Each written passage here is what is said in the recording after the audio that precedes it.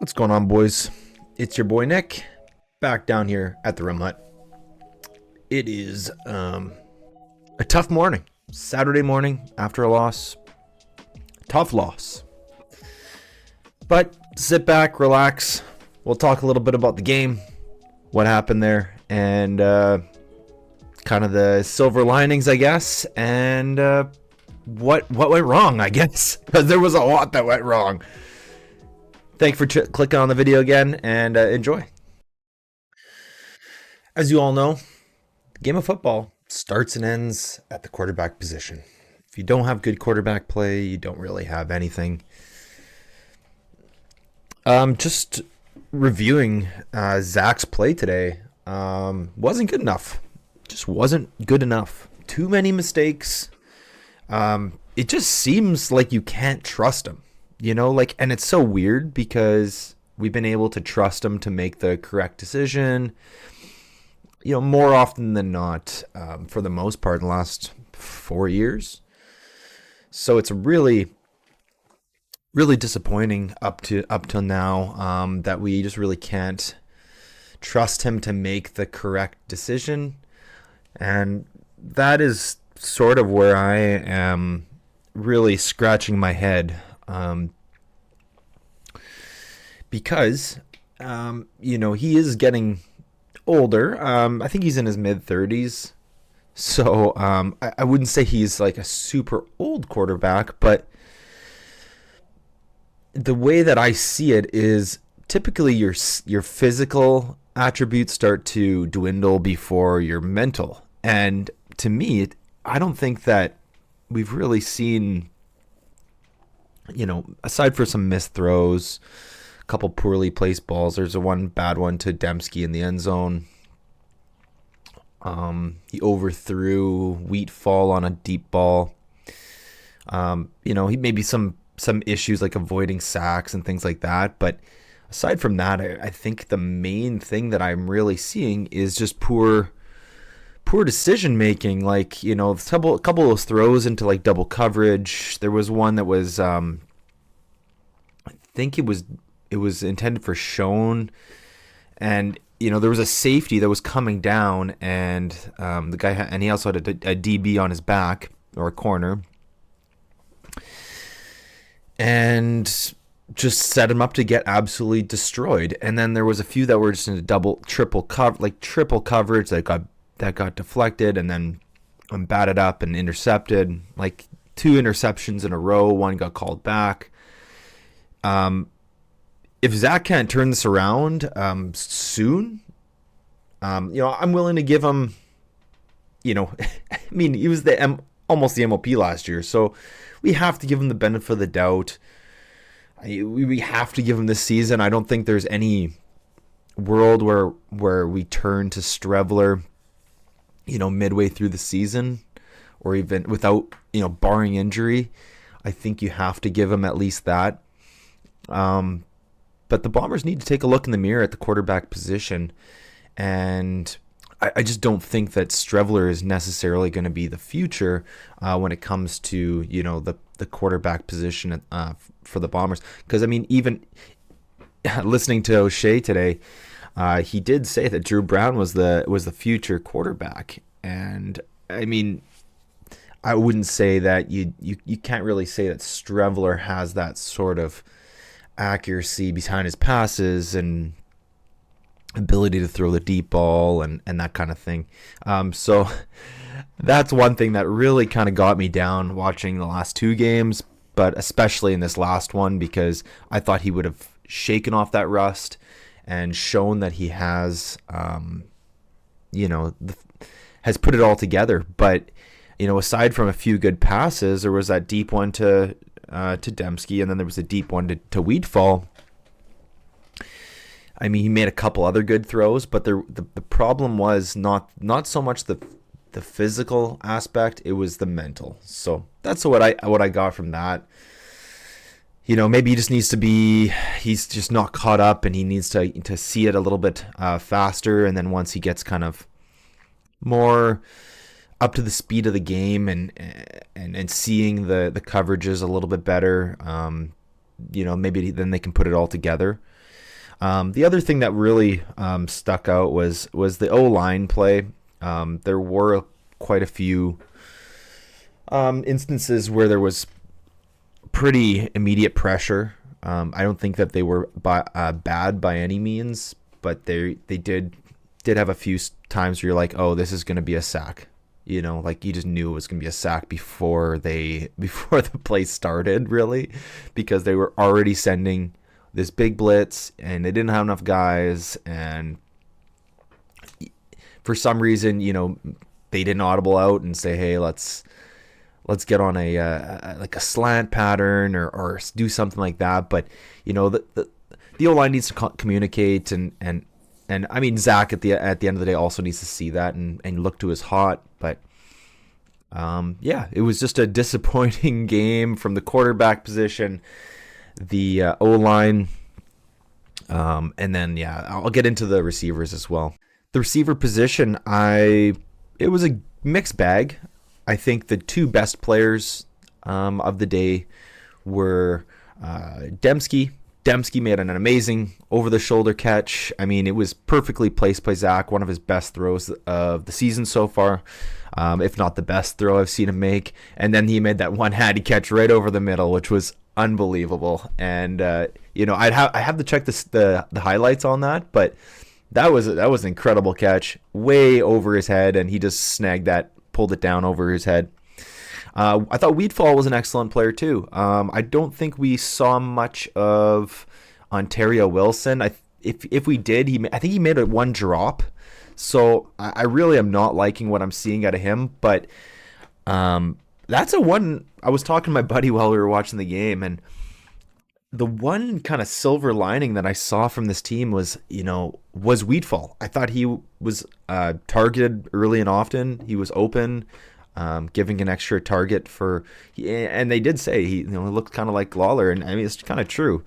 Definitely a guy who I think will, even once Lawler comes back, I would say he would be in the start. He should be in the starting lineup as long as he can kind of keep this up. But yeah, that was one really good bright spot I saw from today. Weedfall had an excellent first game, and definitely hope to see more of that. A couple other downfalls. I mean, a couple really bad drops. Just spoke about it a little bit. Ontario Wilson with that drop.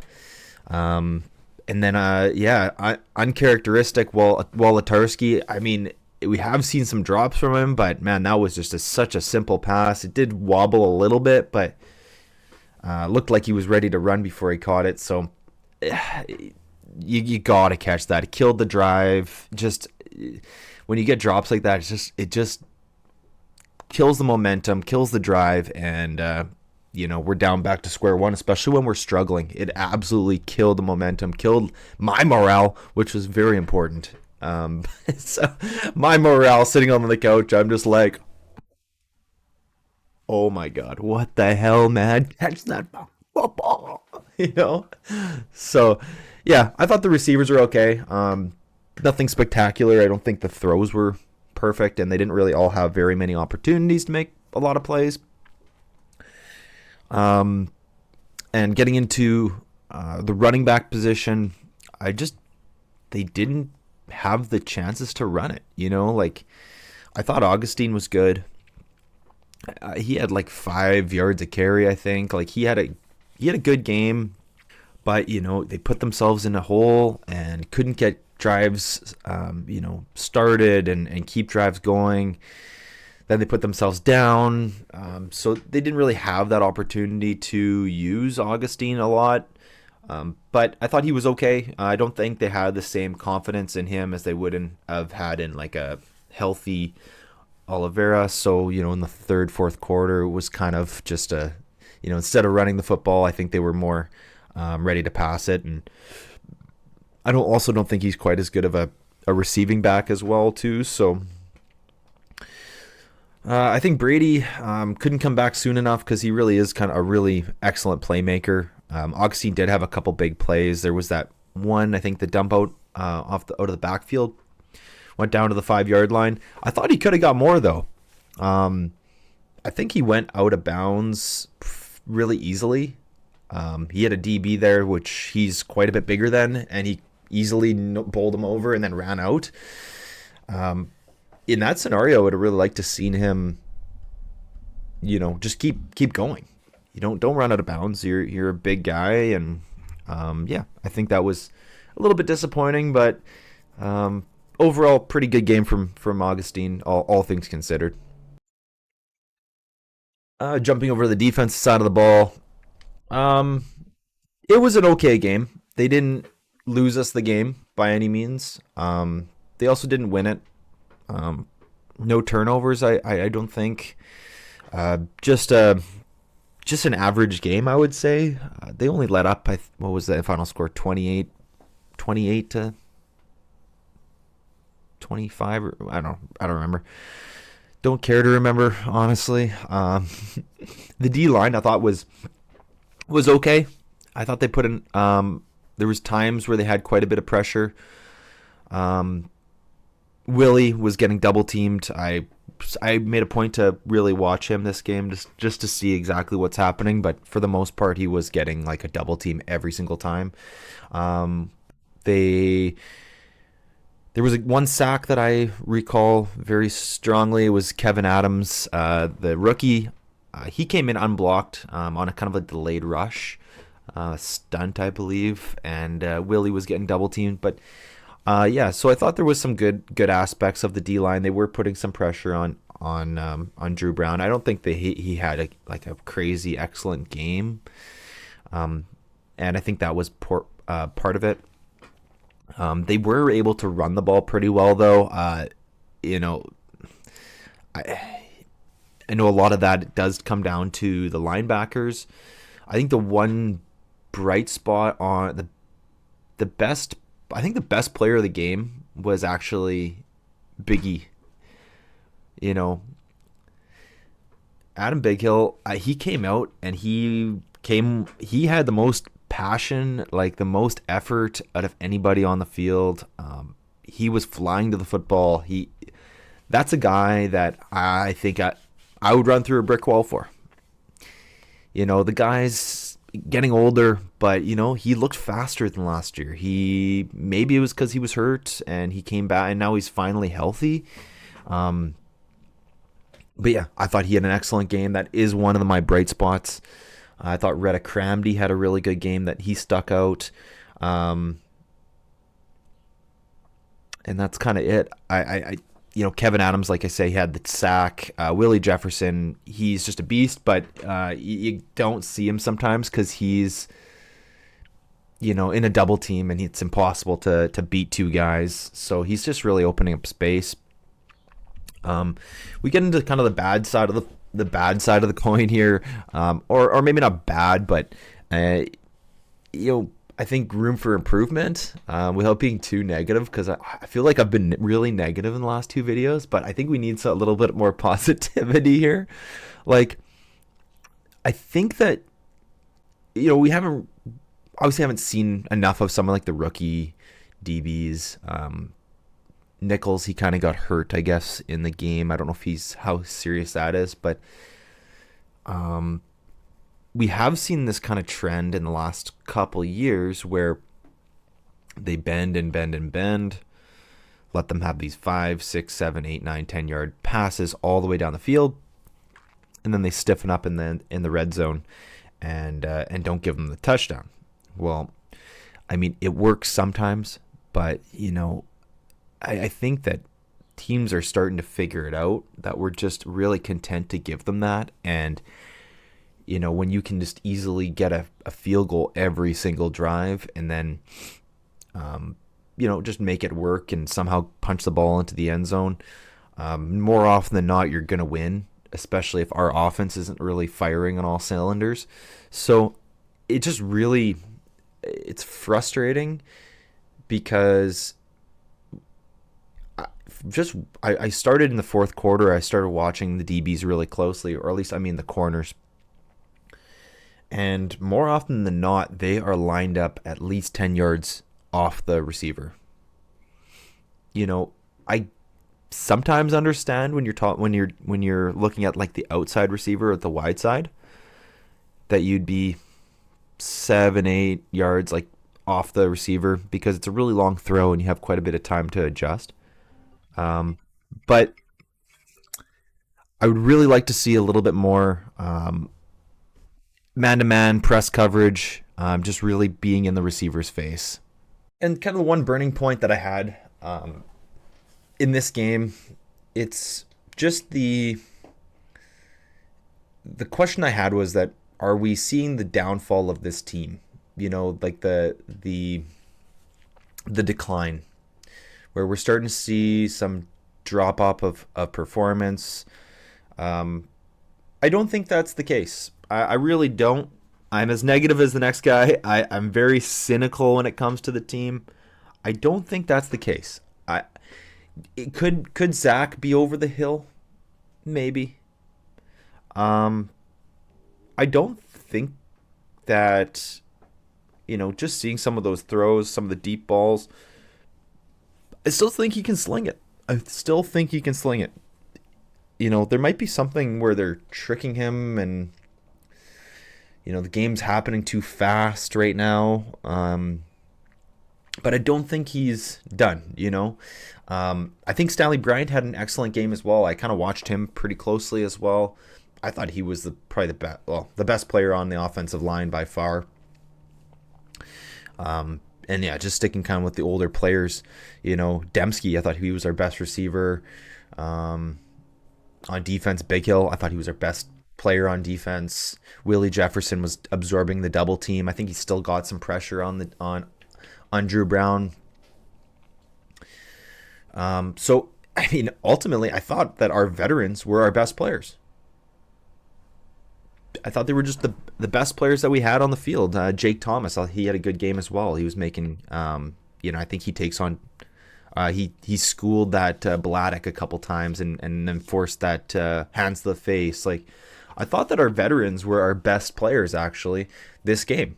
Aside from Zach, I thought Zach had his worst. I mean, if this wasn't his worst game, the one before it was, that I've seen him play. So I'm willing to give him the benefit of the doubt. Maybe it's just timing with the receivers. Maybe it's, not seeing the coverage quick enough. Like, I mean, that's the type of thing I think that he should have, like that game knowledge and just seeing things progress. I think that's something that should just be second nature to him at this point, right? Like, he's been in the league for so long. But it may be confidence. Just needs to get that confidence back and have a game or two where he just is lights out. And just to see the game, that speed a couple times. I think he really got hurt by not playing in any preseason games. I think that was a huge thing, especially for him, because as a receiver, I'm sure you can kind of figure out how to run your routes. You got to run them a little faster in the game and you're going to get bumped a little bit more. But, as a quarterback, you have to be able to get the timing with your receivers and just feel that adrenaline come and get in that zone, in that sort of where you're not overthrowing it and you're not underthrowing it. And now you're, in your head and stuff like that too. So I think that it was a good... thinking about it now and just talking about it out loud, I actually, I thought it was a step better than last week, where last week it looked like nothing could go right. At least this week there were some, bright spots where we could say, okay, this is a building block. There were some big plays, some passes were just slightly off, couple bad decisions. So I think that we have reason for optimism. I think this team is not cooked. I saw some posts online. It was, this team is cooked. I don't think they're cooked. I think that they're gonna see who's worth playing. Like like for example on receiver, I think they started the season with Ontario Wilson as starter. But in 2 games, he's done absolutely nothing. Like, I could count on my hand how many good things he's done so far. So, I mean, they've now seen firsthand that Carrick Wheatfall is the better receiver. I can already confidently say that. He's been open more. He's provided a good target for Zach, and he's actually produced. One other thing that kind of stuck in my craw, the probably the worst aspect of the game, easily was special teams. The absolute worst part of the game was special teams. I thought they got better as the game went on. I thought I just think that oh shoot, what's his name? Number 0, the returner. He is horrible. He is absolutely horrible. He catches the ball, but that's about it. He had maybe one good return up to the 40. But what also I was saying to my buddy while we were watching the game is, why doesn't O'Shea ever take the ball at the 40? You're willingly taking a loss of yards every single time you let this guy return the ball. Like we've already seen it. We don't have the blocking. He's not a good enough returner. Take the free yards. But nope, that is not his style. We are going to return the ball every single time unless absolutely necessary, Like, to me, it doesn't make a lot of sense. And then the punt coverage, it just isn't good enough. There's some plays where we're excellent, and then other plays, there's missed tackles. There's, a 50-yard return or that absolutely needs to improve. I do have faith that they will get better. You got a lot of new faces in there, especially like when you're looking at special teams. You don't usually have the same crew of guys, from year to year, returning kick or covering kicks. So, all in all, to wrap it all up, guys, I thought the Bombers weren't as bad as maybe people will make them out to be after this game. But I do think that we all expected them to be better, and this is why we're all very disappointed, right? Like, I've been a season ticket holder and going to every single game. I'm 30 now, so since I was about 10 years old, and even before that, we had what was it, the mini packs. So 20 years of this. I mean, it's not my first time seeing a team that we all expected so much from, and have really disappointed to start the season. This year, I still have a lot of hope. I still think that if we can clean up some of the mistakes, and I guess clean up some of the mistakes, and Zach get into his rhythm, get healthy, get Lawler back, get Oliveira back. I think this team can be a contender for the cup. My last point that I want to make is the mentality, and I keep mentioning it every single video. The Bombers want to be as good as last year. They say, "Well, we're not quite there yet from where we were last year." That shouldn't be it, man, and that bothers me. That really, really bothers me. Being there with what you were last year isn't good enough. You guys lost. You guys lost. We need to be better than last year. But I'm not going to harp on that because I've said it every single time. And if you've watched all my videos, you know how I feel about that. Team needs to be better than last year. Last year is not the standard. We made it to the cup. We did not win the cup. The point of winning, being in it, is to win the Grey Cup. So that's my takeaways for the game. I think that it'll be a real test to see who the team is when we play at home here in BC against BC next week. It's gonna be a really tough game. So very, very interesting time to be a Bomber fan. It's not easy. We'll kind of see where the real fans are. We always got those like people online who if the best part that I love to laugh at, and everyone does it. Every single person who has been following the team for like 4 or 5 years, they always do the same thing. You're not a real fan because you don't stand behind your team when they're bad. Man, I spend like 2 hours a week just making these videos because I love the team, but you're allowed to criticize the players.